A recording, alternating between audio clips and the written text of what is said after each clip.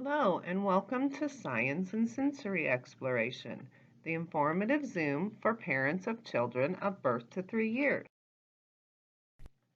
I'm Diana Oler, School Readiness Coach at Creative Options. So, senses. Infants and young children vary greatly in their sensitivity to feelings of comfort and discomfort, familiarity and strangeness, and the emotional context in which sensory experiences occur. So, looking at this picture, think about what is the child experiencing? Then think about what are you experiencing?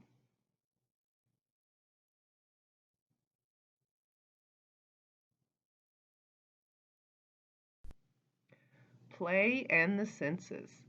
In play experiences, combining the sense of touch with the senses of vision, hearing, taste, and smell helps build cognitive skills.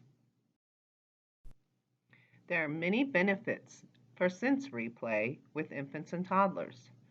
So, sensory experiences support cognitive development. They allow children to develop their knowledge. Sensory rich play is inclusive because everyone can enjoy and participate. Play using the senses aids in developing and enhancing memory.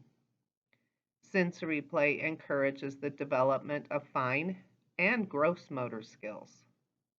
Problem solving, exploration, and creativity are all benefits of sensory activities. More benefits.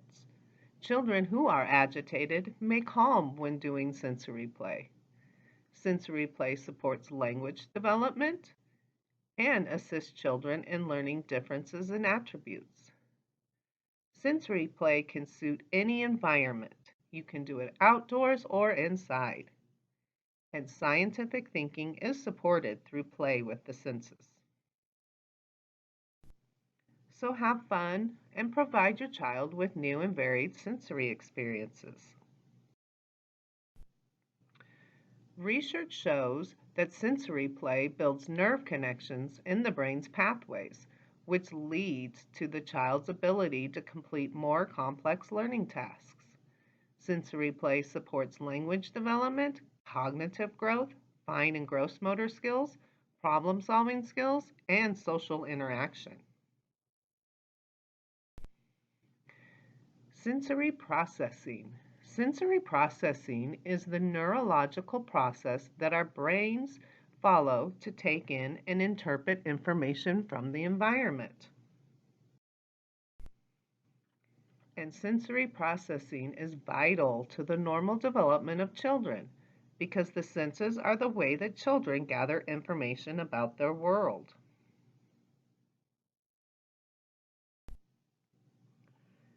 Our senses. Sensory skills involve using the senses of smell, touch, vision, hearing, balance, awareness to know where your body is in space, and taste. These senses mature and refine themselves throughout childhood and early adolescence. We use our senses in science explorations.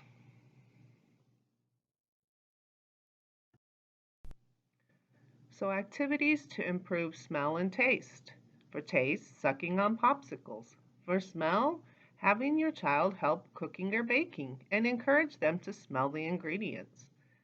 Playing with scented Play Doh, drawing with scented markers, smelling the flowers. Activities to improve touch processing. You can bury small toys in sand, dirt, dried rice, or dried beans. Have your child dig and find the toys.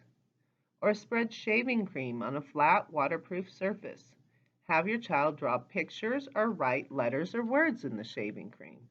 This is also a great way to clean your kitchen table. Playing outside in the sandbox or dirt pile.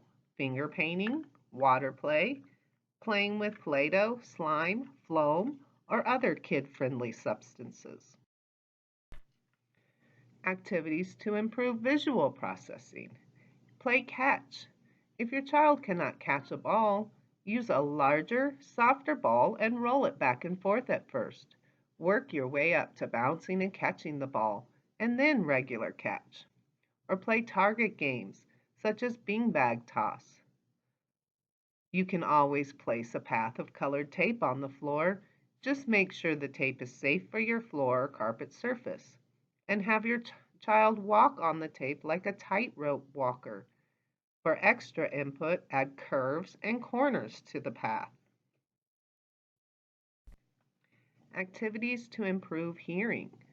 Have your child listen to music or stories without video or pictures. This makes hearing the primary method of sensory input rather than vision. Clap your hands to music with simple rhythms.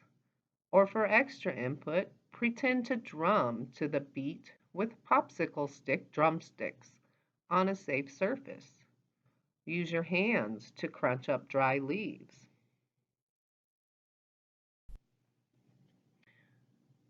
When kids grow up in science-friendly homes, they are encouraged to ask questions, think critically, experiment, explain their reasoning, read, write, create models, and watch science programs on TVs.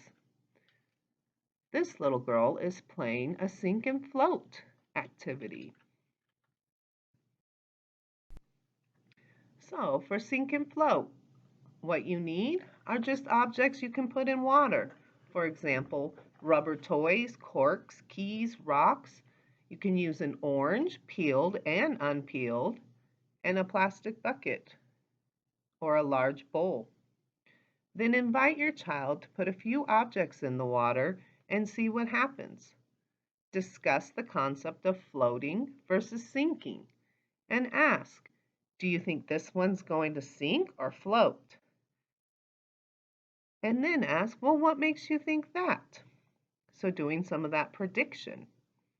The science principle is children can explore how size, weight, and other properties of an object determine if it sinks or floats, and how quickly it sinks to the bottom or rises to the top. The relation to sensory, how does the water feel? Is it warm, cool, or cold? And describe how the objects feel. Hard, soft, light, heavy. Wrapping it up, we hope this information has provided you with an understanding of how sensory processing skills promote your child's development. You can contact Paola Correra, our family link, at 720-767-2855 if you have any questions regarding this presentation. Also, join us at the live Zoom Q&A where we will talk about your topics of interest presented in the Zooms. Thank you and have a great day.